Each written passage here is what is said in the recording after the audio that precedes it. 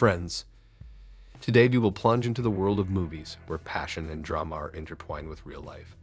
Who doesn't remember Last Tango in Paris? This movie caused a storm of emotions and scandals. But behind the cameras, its protagonist, Maria Schneider, experienced her own tragedy which few people know about. This is the Frozen History Channel, and let's uncover this mysterious story together. Hurry up and get ready or you'll be late. Marie Christine gently nudged her 10-year-old daughter, who was trying to braid her unruly hair in front of the mirror towards the exit. Maria, your father is picking you up from school today. Dad? Yes, father, you'll get to know each other. The lessons dragged on endlessly. Maria ran out onto the porch with the other students.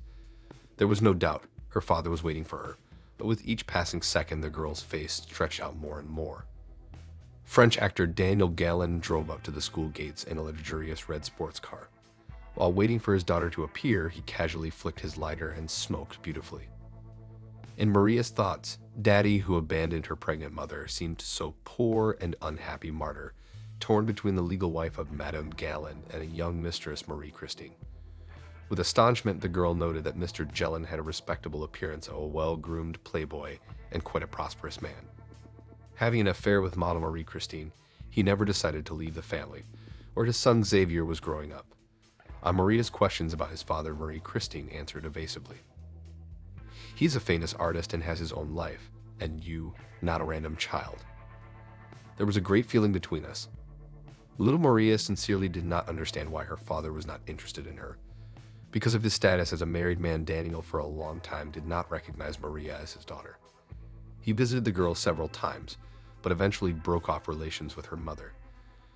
During that meeting near the school, her father seemed a complete stranger to Maria, and she withdrew into herself. Who does she think she is? She is an illegitimate daughter. Her mother has always paid little attention to her.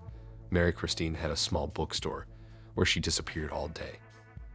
In the biography of Marie Schneider indicates that in childhood, her mother gave her to the orphanage for 2 years, and then a few years the girl lived with her maternal uncle, the French writer Michael Schneider. Marie Christine accustomed her daughter from childhood to rely only on themselves. It must be said that the girl is not badly succeeded. She drew beautifully and as a teenager sold booklets of restaurant menus of their own making.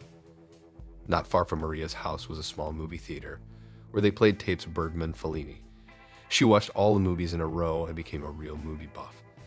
At 15, Stroppy Girl ran away from home in the hope of trying himself in the modeling business, and if lucky, in acting. Wanting to consult with someone authoritative and knowledgeable, Maria, with great trepidation, searched for her father's house in Paris. Daniel was already living with a new family and had 3 children in his marriage. Timidly knocking, the girl introduced herself and asked permission to enter. Sylvie Hirsch, her father's new wife, graciously invited her into the house. Daniel, somewhat discouraged by Maria's appearance, smiled and suggested, "Let's be friends." But friendship did not work out, nor did a warm, trusting relationship. Daniel listened to his daughter, patted her cheek, told a few actors' tales, promised to help somehow, but in fact did not offer Mary any help. This terribly hurt her. Her father was familiar with movie stars of the first magnitude, venerable producers, and the best agents for the selection of actors.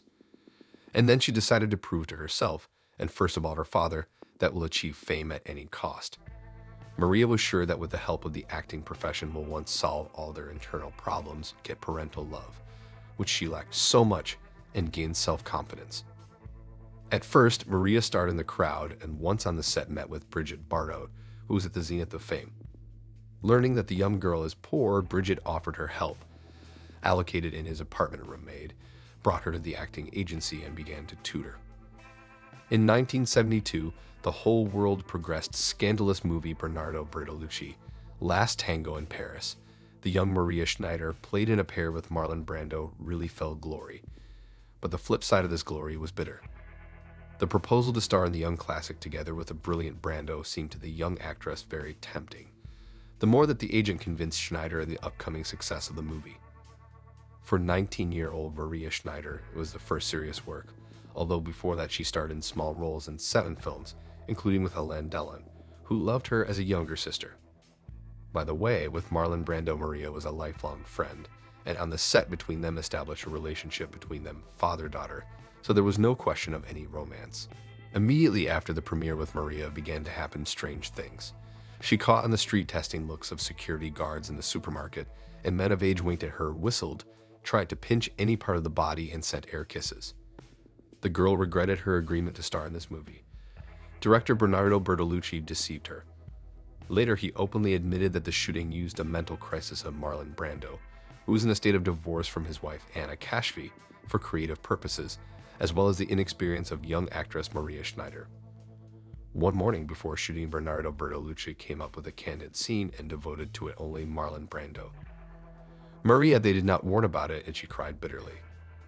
This scene, not prescribed in the script, left Maria a sense of bitter aftertaste and a sense of abuse of her body. She felt raped. And Bertolucci tried to demand, though unsuccessfully, that everything in this scene was real. The young girl did not even know that it was possible to refuse to shoot, turning to a lawyer and his agent. Since then, Maria's life has been a nightmare. Wherever she did not appear, she was slipped into her pockets notes with phone numbers, and in the restaurant waiters, as if by accident, to her order put on the table saucer with a piece of butter.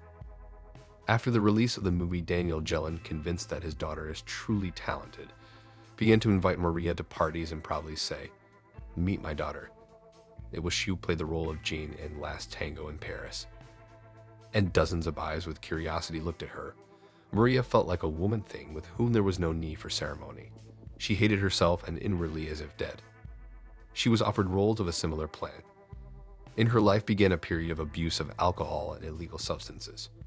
Schneider disrupted the shooting. Around her name, scandals broke out. She did not bear her fame. From whom Maria would not be filmed and how she would like to forget about Last Tango, she is doomed to remain forever Jean. Met on his misfortune Apple Mitsubishi 45-year-old American Paul, who played Brando. Probably because only in 19 years, you can so without thinking it unexpectedly skillfully play a role that would not risk any stars. But only Bertolucci she did not forgive. At the festival in Tokyo, Maria accidentally ran to the director.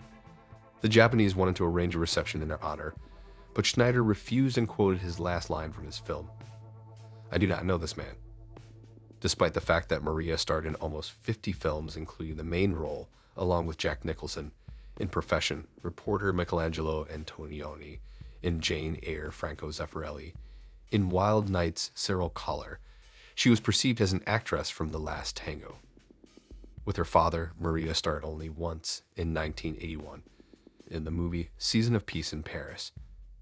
Schneider's traditional family did not succeed. In bold interviews, she even declared her bisexuality.